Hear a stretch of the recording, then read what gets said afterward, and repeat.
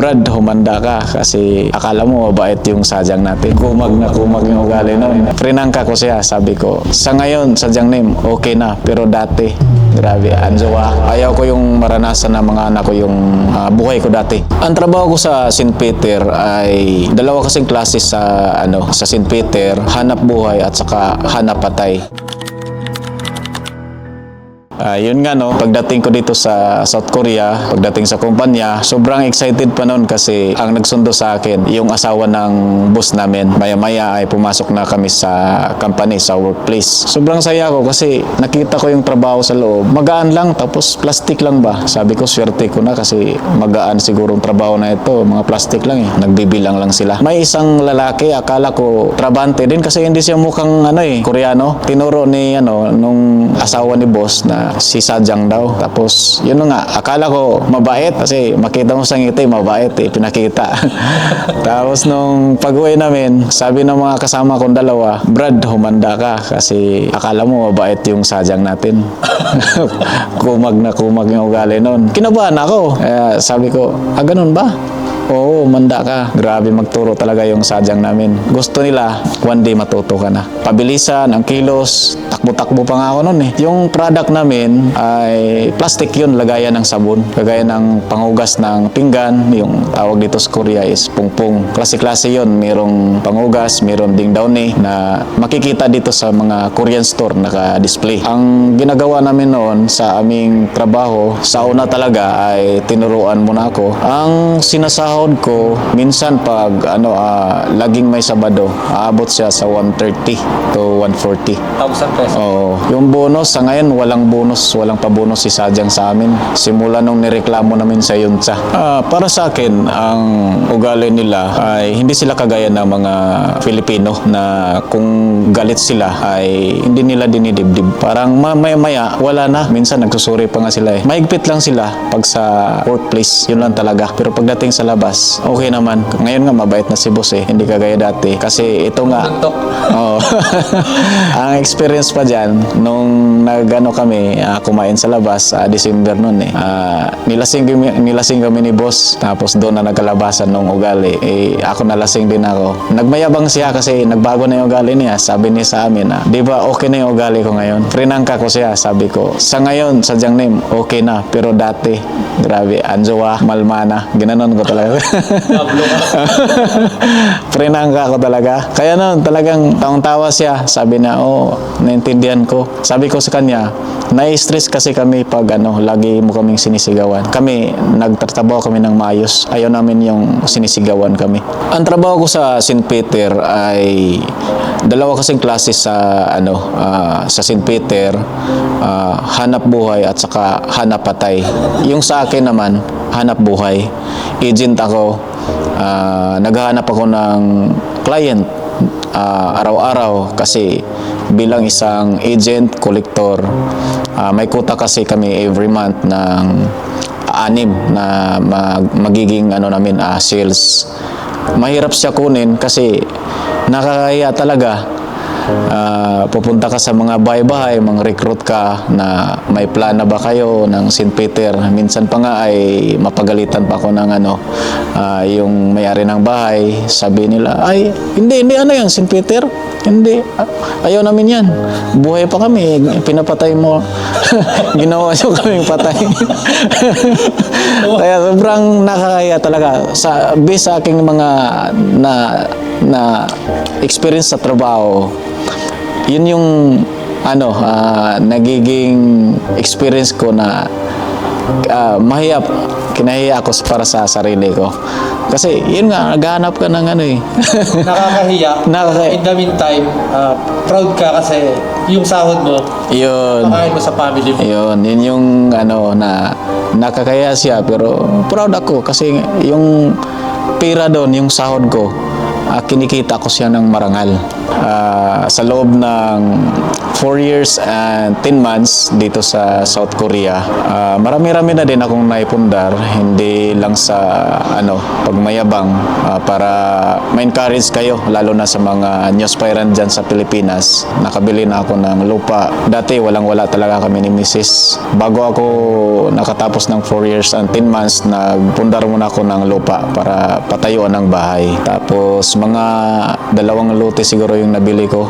Tapos sasakyan, and then pagkatapos ko ng kontrata, 4 years and 10 months, umuwi ako ng Pinas. Nagpatayo ako ng bahay. Halos lahat ng oras ko doon naubos sa pag-asikaso ng yung mga papers, tapos pagbili ng materials. Pero sa wakas, hindi naman ako nahirapan sa pagbili ng materials kasi may sasakyan akong nabili doon, yung Bungo. Yun yung sinasakyan ko sa mga materials, at saka marunong na rin ako mag-drive. Kaya naka-save ako sa, nakatipid ako sa gastusin. Tapos ako talaga yung nagmamanage. Umabot na rin sa mga tuim yung bahay ko. Ayan. May bahay na, may sarili na akong bahay. Dati, nagtrabaho ako sa St. Peter habang nag-aaral ako ng Korean language. Mahirap talaga i-handle, lalo na maliit pa yung bata namin dati ni Mrs. Tuwing nagtrabaho ako sa St. Peter bilang agent, ay nag-memorize ako ng mga Korean vocabulary. Dala-dala ko talaga yun. Tuwing alis ako, ginawa ko siyang susi. Marami dito sa bulsa ko. Pag meron akong makalimutan, mabilis ko lang siya madukot.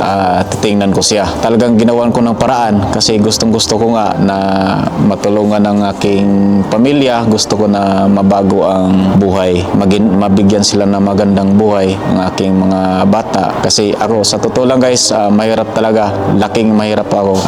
Yung tatay ko isang farmer, tapos nasa bundok kami nakatira. Mahirap talaga. Ayaw ko yung maranasan ng mga anak ko yung buhay ko dati na yung nag-aaral ako ay wala talaga kahit piso nung nag-aaral ako. Walang maibigay sila mama sa akin. Kaya ito, nagsikap ako na makapagtrabaho dito sa Korea.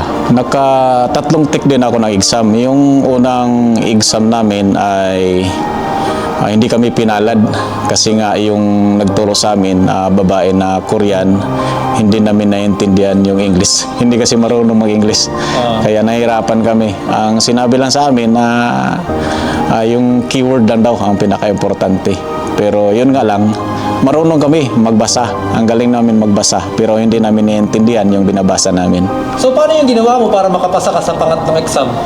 Yun nga, hindi pa rin ako nawala ng pag-asa. Kaya nung unang first na exam, hindi ako pinalad. Medyo ako noon ay nawala ng gana. Naghanap ako ng trabaho para mabaling yung isip ko. Sobrang dismayado talaga ako noon kasi gustong-gusto ko na makarating dito. Kaya ang ginawa ko, pumunta ako ng Cebu. Nagtrabaho muna ako sa isang mall doon sa Cebu. Tapos nag-review pa rin ako. Inabangan ko yung exam kasi once a year nga lang yung exam dito sa bilang office worker sa South Korea. Kaya nung may announcement na para sa registration, nag-register ako. Pero yun nga lang, bad news.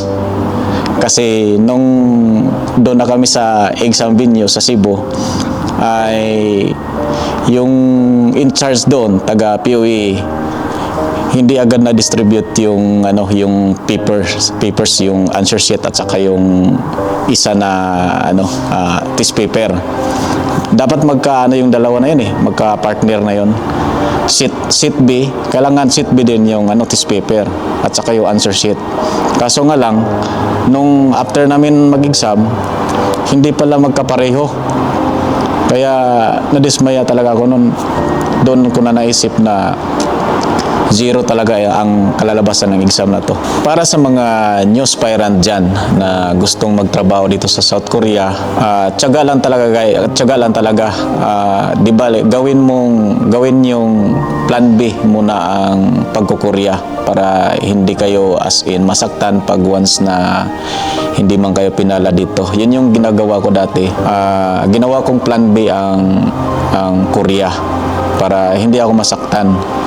Pero yun nga, pag nag-aaral kayo, talagang pagsikapan nyo na marami kayong mamemorize na mga Korean vocabs para siguradong may pasal nyo talaga ang exam. Memorize lang talaga at saka intindihin nyo yung binabasa nyo para sigurado sa exam. Huwag silang mag-expect na madali ang trabaho dito at madali ang buhay dito. Oh, yun nga rin guys, huwag kayong mag-expect na madali ang buhay dito, maganda ang trabaho na maabutan nyo. Maraming nagugulat pagdating dito na yung iba gusto ngang magpa-release. Naintindihan naman rin namin yun kasi yun nga, mahirap ang trabaho dito.